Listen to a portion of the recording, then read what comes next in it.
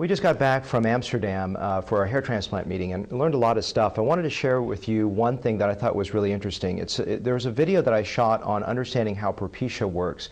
And Propecia, the brand name for Finasteride, which is a DHT blocker. And in this video, I talked about how we go from terminal hairs, which are thick hairs in youth, and with male pattern baldness becomes thinner hairs, which are called vellus hairs or baby hairs, and that eventually disappears. And so that's the usual progression of male pattern baldness. The idea that we've always believed in is that Finasteride or Propecia works to reconvert a lot of these baby vellus hairs back into thicker terminal hairs, and that was our mechanism that we thought worked. Some of the more recent studies are quite interesting. Is instead of looking at static windows of time and saying, okay, here we have a lot of vellus hairs, all of a sudden we have a lot of thick hairs, and we are assuming the interval between the two is that all of a sudden they become converted back to terminal hairs, we're finding that may not exactly be the case. So for example, in a clinical setting, I'll see a patient, prescribe the Finasteride, and then down the road I would see them back at 6 months and see that they've got a lot of thicker hairs and go, okay, well, these obviously have been converted.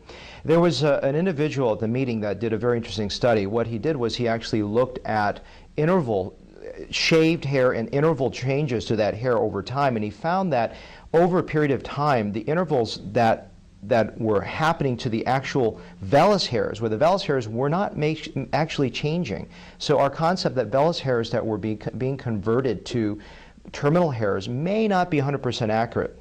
The thought is that actually what it could do is that it can prolong our anagen hairs. So the hairs that are somewhat thin or wispy may not be the baby hairs, but they're just terminal hairs that are cycling through a much shorter anagen or growth phase.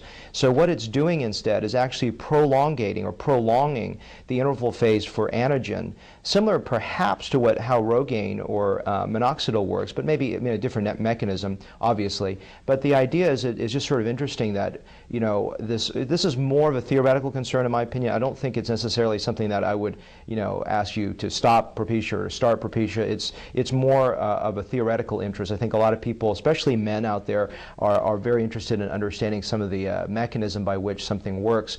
And I thought I would just share that with you. Is that I always want to be careful when you get back from a meeting and trying to advocate major clinical or theoretical changes, whether that in fact is accurate. I don't know. I mean, obviously it's just one study. It's an interesting study. It's something that I just wanted to share with you so you're up to date in information in 2009. Well, I'm going to shoot a little addendum. I was just getting up and walking out of the room, and my assistant's husband is actually on Finasteride or Propecia, and she said, what should we do? Should he stop taking it? And I just want to make sure that you understand that if this individual who works with me on hair has that question, you may have that question as well.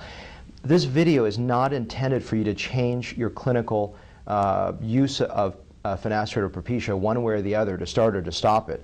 This is just meant to be an academic, professorial, interesting video to explain to you what some of the mechanism of action is working. For example, we had when I was in Amsterdam, they talked about how does Rogaine work, minoxidil work. Is it a potassium channel opener? Is it a prolongation of anagen? What is it? It doesn't really matter. If it's working, and it's safe. So my point I just want to bring across to you, this is more of an academic video just for you to be aware of some of the current studies and thinking of how medicines work. But whatever the course of action, it's a safe medication for you, and it works. And if it's working for you, this is not meant for you to start or stop the medication. It's meant for you just to understand more about the proposed mechanism of action, just so you be a little bit more educated.